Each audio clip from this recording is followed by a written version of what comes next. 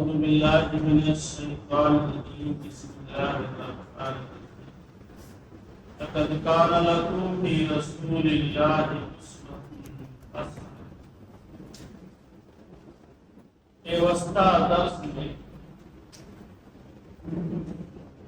یہ بتایا گیا تھا کہ اسلام کی ابتدائی دور میں مسلمانوں کو طرح طرح کی مشکلات کا سامنا کرنا، اللہ کے رسول صلی اللہ علیہ وسلم اور آپ کے صحابہ کو بڑی تکلیف، بہت زیادہ مشکلات کا سامنا کرنا پڑا، لیکن اس کے باوجود ان کی تعداد میں دن بدن اضافہ ہوتا ہے، اتنا ہی وہ ستائے جا رہے تھے اتنا ہی ان کے ایمان میں پختگی پیدا ہو۔ تو بعض مورخین نے، سیرت نگاروں نے اس پر تعجب کا اظہار کیا اور اس کے اسباب و علل، ریزن کو تلاشنے کی کوشش کی کہ وہ کون سی چیز تھی جس کی وجہ سے مسلمانوں میں استقامت اور ثابت قدمی پیدا کہ دشمن جتنا ستا رہا، جتنا تکلیف دے رہا ہے، اتنا ہی ان کے ایمان میں اضافہ ہوا۔ مولانا صفی الرحمان مبارک پوری رحمہ اللہ نے ان کی کتاب الرحیق المختوم ہے، انہوں نے مسلمانوں کی استقامت اور مسلمانوں کی ثابت قدمی کے اسباب کو اپنے طور پر تلاش کر کے بیان کیا۔ انہوں نے 5 اسباب بیان کیے اور یہ 5 اسباب، 5 سبب آج بھی ہمارے اندر استقامت پیدا کرنے کے لیے ضروری۔ اگر یہ 5 اسباب ہمارے اندر بھی پیدا ہو جائے تو ہمارے اندر بھی استقامت پیدا ہو جائے گی، دین پر ثابت قدمی پیدا ہو جائے گی، حالات سے مقابلہ کرنے کی جرأت اور ہمت پیدا ہو جائے گی، ہم دشمن کی آنکھوں میں آنکھیں ڈال کر کے بات کر سکتے۔ وہ 5 اسباب کیا ہیں؟ انہوں نے بیان کیا ہے کہ سب سے پہلا سبب ان کا اللہ تعالی پر کامل ایمان اور یقین، اللہ تعالی کی صحیح معرفت اور جانکاری کہ اللہ ایک ذات ہے، ایک ہستی ہے جس کے ہاتھ میں سب کچھ، اس کے حکم اور اشارہ کے بغیر کچھ نہیں ہو سکتا۔ دنیا میں جو کچھ بھی ہوتا ہے اس کے حکم اور اشارے ہی سے۔ تو یہ کامل یقین ہو گیا تھا کہ اللہ کی ذات ہے، ہم اللہ پر ایمان لائے ہیں، ہمیں کچھ نہیں ہو سکتا، وہی ہوگا جو اللہ چاہے۔ تو اللہ واحد پر ان کا کامل یقین، اور جب یہ یقین پیدا ہو جاتا ہے تو آدمی پہاڑوں سے چڑھ آیا۔ میں اکثر کہا کرتا ہوں کہ یہی چیز ہمارے ہاں پیدا نہیں ہوتا۔ ہم عالم علماء ہیں، ہماری بھی صحیح معرفت اللہ کے بارے میں حاصل نہیں ہوتا۔ جس دن اللہ کی صحیح معرفت حاصل ہو جائے اس دن آدمی کی زندگی میں انقلاب آ جائے۔ اس کی مثال میں بڑا مشہور واقعہ ہے کہ فرعون کے دربار میں جب تمام جادوگر اکٹھا ہوئے، حضرت موسیٰ علیہ السلام بھی پہنچے وہاں، ایک دن متعین کیا گیا تھا۔ تو مصر اور مصر کے اطراف میں جتنے بڑے بڑے جادوگر تھے سب اکٹھا ہوئے، اور ان کو یقین تھا کہ ہم ہی جیتیں گے، ہم ہی فتح پائیں گے۔ کیوں؟ کیونکہ موسیٰ علیہ السلام جب تک فرعون کے دربار میں تھے، مصر میں تھے، انہوں نے جادو نہیں سیکھا، اور 10 سال کے لیے مدین چلے گئے تھے، تو وہاں بھی کوئی بہت بڑا عالم نہیں تھا، کوئی بہت بڑا جادوگر نہیں تھا جس سے وہ جادوگری کے فن سیکھتے، اس میں مہارت حاصل کرتے۔ جادوگر یہ سمجھتے تھے کہ اگر تھوڑا بہت سیکھا بھی ہوگا تو ہماری مہارت کے آگے سے ہو جائے، اسی لیے فرعون سے کہتے تھے کہ اگر ہم جیت گئے تو ہم کو کیا ملے گا۔ قرآن میں سورۃ طٰہٰ وغیرہ میں بہت تفصیل سے اللہ نے بیان کیا ہے، اس نے کہا کہ میں اپنا وزیر بنا لوں گا، مقرب بنا لوں گا۔ فرعون کا چہرہ ہو جانا سب چاہتے ہیں۔ بہرحال یہ ہوا کہ جادوگری دکھاؤ، تو پہلے فرعون کے بلائے ہوئے جادوگروں نے اپنی لاٹھیاں رسیاں پیش کی جو سانپ بن کر کے مختلف چیزیں بن کر کے چلنے لگے۔ تھوڑی دیر کے لیے حضرت موسیٰ علیہ السلام کو بھی خوف پیدا، تو اللہ تعالیٰ نے فرمایا آپ بھی اپنے عصا اپنی لاٹھی کو زمین پر ڈالی۔ جب انہوں نے ڈالا، زمین پہ رکھا، تو بہت بڑا اژدہا سانپ بن کر کے ان کی لاٹھیاں رسیاں جو سانپ بنے تھے سب کو نگلنے لگا۔ ان کی جادوگری ختم ہو گئی۔ اب وہ بڑے بڑے ماہر جادوگر جن کی پوری زندگی اسی فیلڈ اسی میدان میں گزری تھی، جب ان لوگوں نے دیکھا کہ موسیٰ کی لاٹھی، موسیٰ کا عصا یہ اژدہا بن کر کے ہماری جادوگری کو ختم کر رہا ہے، تو فوراً بھانپ گئے کہ یہ جادو نہیں ہے، یہ جادو نہیں ہے، بلکہ یہ وہی چیز ہے جو موسیٰ پیش کر رہے ہیں کہ اللہ کا معجزہ ہے۔ قرآن میں اللہ تعالیٰ نے بیان کیا ہے، جیسے انہیں یقین ہوا کہ یہ جادوگری نہیں ہے، اللہ کا معجزہ ہے، فَأُلْقِيَ السَّحَرَةُ سُجَّدًا، تمام جادوگر فوری طور پر سجدے میں گئے۔ قَالُوا آمَنَّا بِرَبِّ هَارُونَ وَمُوسَىٰ، کہا ہم ہارون اور موسیٰ کے رب پر ایمان لائے۔ فوراً وہی ایمان لے آئے جیسے انہیں یقین ہوا کہ جادوگری نہیں ہے بلکہ اللہ کا معجزہ۔ فرعون بیٹھا، دھمکی دی، کہا آمنتم لہ قبل ان آذن لکم، میری اجازت کے بغیر تم ایمان لے آئے ہو۔ دھمکی دی کہ تمہارے ہاتھ پاؤں کاٹ دوں گا، تمہیں سولی پر چڑھا دوں گا۔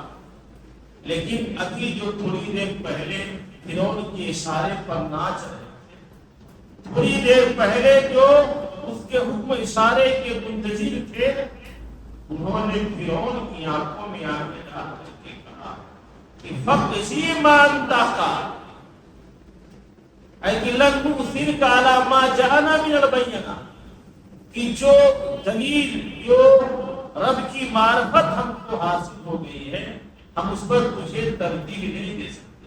فَقْدِي مَا أَنْتَ قَالٍ، تجھے جو کرنا ہو کر لے، انما تقدی فی هذه الحیات الدنیا، تجھے دنیاوی زندگی میں کر سکتا ہے، مار سکتا ہے، کاٹ سکتا ہے، لیکن ہم انا آمنا بربنا، ہم اپنے رب پر ایمان لائے۔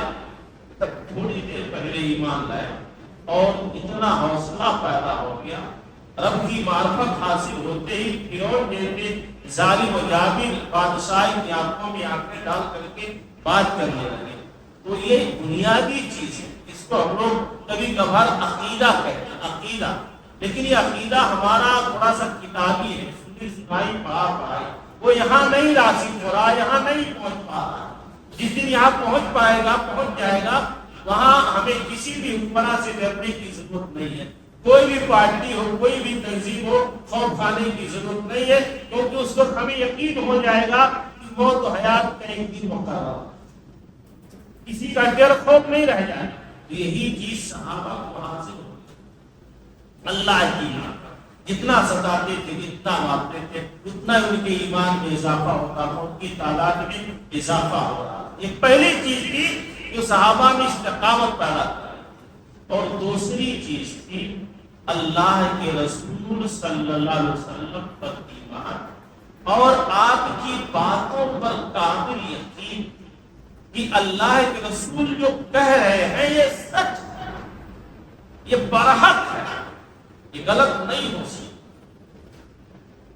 جو کچھ نبی فرماتے تھے ان کو کامل یقین ہو جاتا۔ اس کی مثال میں دعا، ابو لہب کے بیٹوں میں سے ایک کا نام عتیبہ تھا.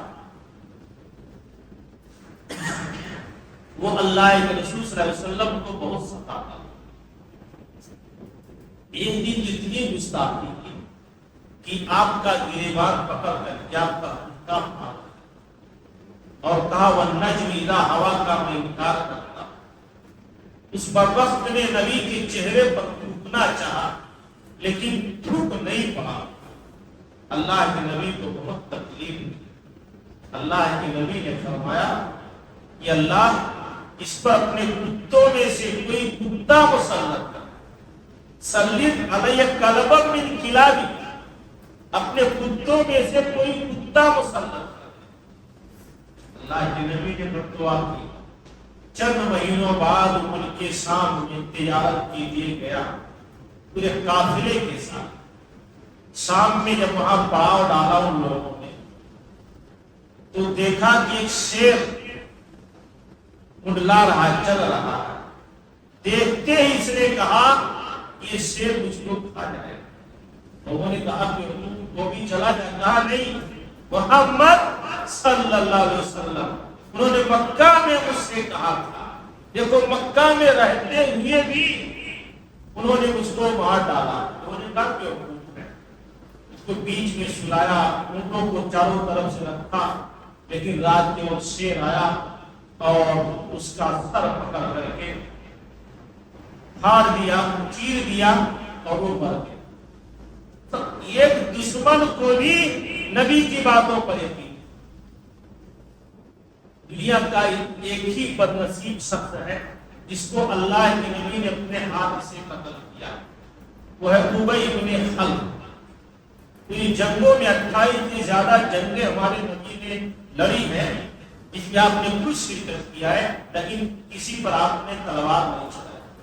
صرف یہی ابی بن خلف وہ بدنصیب ہے جس پر ہمارے نبی نے نیزہ مارا. اصل میں مکہ میں ہمارے نبی کو دھمکیاں دیتا کہ محمد صلی اللہ علیہ وسلم میں تمہیں قتل کروں گا.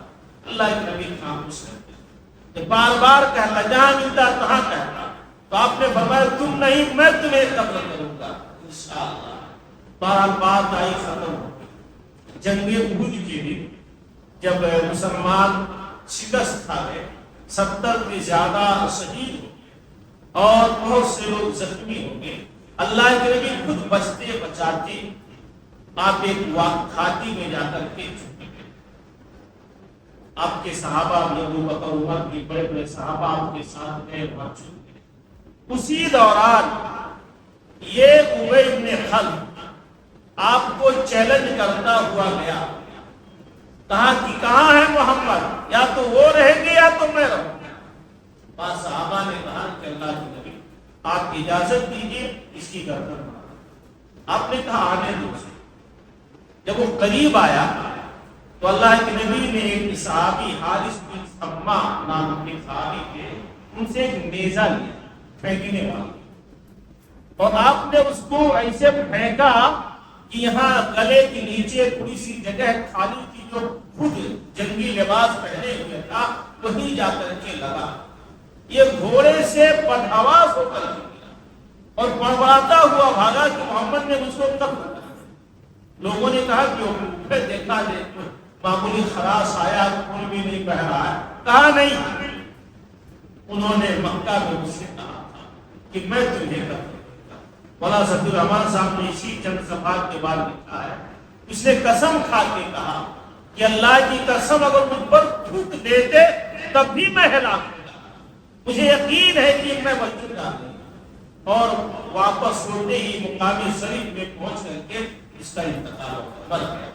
تو آپ کے دشمنوں کو بھی یقین تھا اور صحابہ کو کتنا یقین رہا ہوگا.